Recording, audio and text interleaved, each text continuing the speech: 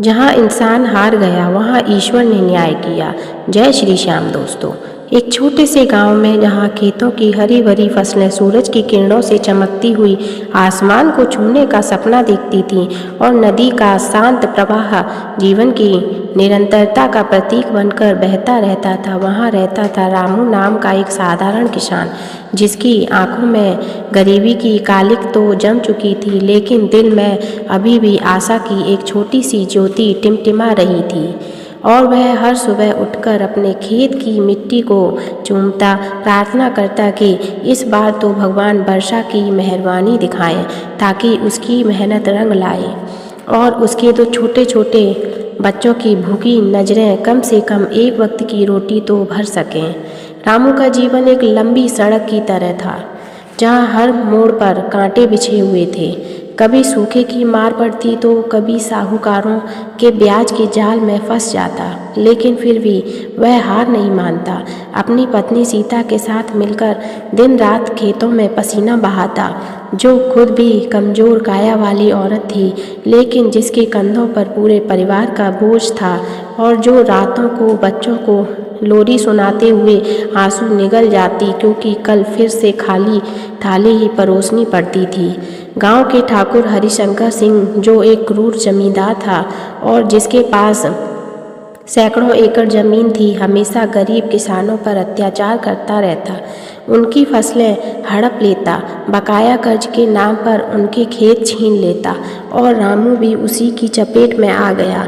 जब एक वर्ष भयंकर सूखे ने सब कुछ लील लिया और रामू को मजबूरी में ठाकुर से कर्ज लेना पड़ा, जो ब्याज पर ब्याज बढ़ाता चला गया, और देखते देखते रामू का छोटा सा खेत भी दांव पर लग गया।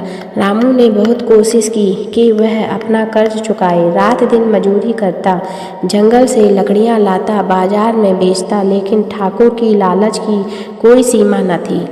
वह रामू को कोसता, मारता, पीटता, और एक दिन जब रामू ने कर्ज की आधी रकम चुका दी तो भी ठाकुर ने कहा कि ब्याज अभी बाकी है और खेत मेरा हो गया।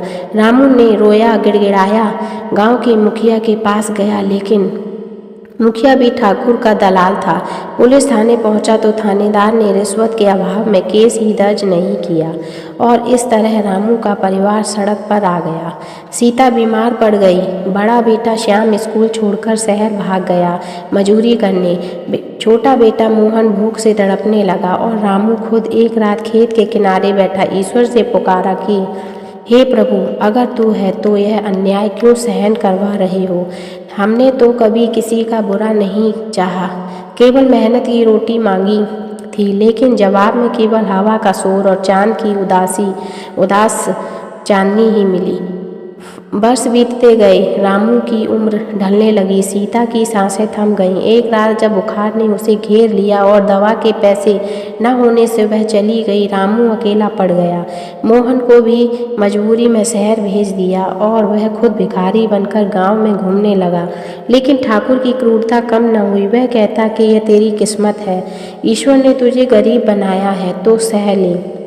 समय का पहिया घूमा और अब 20 वर्ष बाद वह गांव बदल चुका था, सड़कें बनी, बिजली आई, लेकिन ठाकुर का अत्याचार जारी था। अब उसके बेटे विक्रम सिंह गांव का स्वामी बन चुका था, जो और भी लालची था, सैकड़ों किसानों की ज़मीनें हड़प चुका था, और अब उसकी नज़र रामू के पुराने खेत पर थी, जो अब जंगल बन चुका था, लेकिन जिसमें एक पुराना पीपल का पेड़ खड़ा था, जहाँ रामू हर शाम जाकर बैठता और ईश्वर से बातें करता, कहता कि प्रभु ईश्वर, इंसान ने न्याय नहीं किया, तू कर देगा ना। विक्रम को यह पसंद ना आया। उसने मजूर भेजे पेड़ काटने को, लेकिन जैसे ही कुल्हाड़ी चली, अचानक आंधी उठी, बिजली गिरी, मजूर भागे। विक्रम हंसा और बोला कि यह संयोग है, कल फिर आएंगे। लेकिन अगले दिन भी यही हुआ, तीसरे दिन भी, और धीरे धीरे गांव वाले डरने लगे, कहने लगे कि पेड़ में भगवान का वास है। लेकिन विक्रम न माना। वह एक रात खुद गया, बंदूक लेकर पेड़ को गोली मारने लगा, लेकिन तभी आसमान फट पड़ा, बारिश हुई, बाढ़ आ गई, विक्रम का घर बह गया। वह किसी तरह बच गया, लेकिन उसकी सारी दौलत पानी में समा गई। इधर शहर में श्याम अब एक बड़ा आदमी बन चुका था, इंजीनियर हो गया, अपनी मेहनत से कंपनी खड़ी की, लेकिन उसके दिल में गांव का दर्द बसा था। वह कभी कभी मोहन से बात करता, जो अब डॉक्टर बन चुका था। दोनों भाई रामू की हालत सुनकर परेशान थे, लेकिन रामू ने कहा था कि इंसान का काम इंसान से ही लो, भगवान पर छोड़ दो। एक दिन श्याम को पता चला कि विक्रम अब उस पुराने खेत को बेचने की कोशिश कर रहा है, क्योंकि बाढ़ ने उसे डरा दिया था। श्याम ने सोचा कि अब समय आ गया है बदला लेने का, लेकिन रामू ने उसे रोका, कहा कि बदला ईश्वर लेगा, तुम न्याय करो। श्याम ने खेत खरीद लिया। विक्रम को मजबूरी में बेचना पड़ा, कम दाम में, और श्याम ने उस खेत को फिर से जोतना शुरू किया। पीपल के पेड़ को मंदिर बना दिया, जहाँ गांव वाले आकर प्रार्थना करने लगे। विक्रम का घमंड टूट गया, उसके बेटे बीमार पड़ गए, व्यापार डूब गया, वह सड़कों पर भटकने लगा, ठीक वैसे ही जैसे रामू भटका था। और एक दिन विक्रम रामू के पास आया, पैर पकड़े, माफ़ी मांगी, लेकिन रामू ने कहा कि मैं इंसान हूँ, माफ़ कर सकता हूँ, लेकिन न्याय ईश्वर का है। रामू की आखिरी सांसें चल रही थीं। वह पीपल के नीचे लेटा था। श्याम और मोहन उसके पास बैठे थे। गांव वाले घिरे हुए थे। रामू मुस्कुराया और बोला कि देखो भाइयों, जहाँ इंसान हार गया था, वहाँ ईश्वर ने न्याय कर दिया। खेत लौट आया, ठाकुर की औलाद सड़क पर है, और अब यह मंदिर सबके लिए खुलेगा, जहाँ कोई भूखा न रहेगा। रामू की आंखें बंद हुईं, लेकिन उस पल आकाश से एक किरण गिरी, पेड़ हरा भरा हो गया, फूल खिले और वर्षा हुई, जो सालों बाद आई थी। गांव में समृद्धि आई। श्याम ने स्कूल बनाया, मोहन ने अस्पताल, और विक्रम की याद में एक धर्मशाला, जहाँ कोई भूखा न सोए। इस तरह इंसानी न्याय की सीमाओं के परे ईश्वर ने अपना न्याय स्थापित कर दिया, जो सदियों तक गांव की कहानी बनकर गूंजती रही। जय श्री श्याम दोस्तों,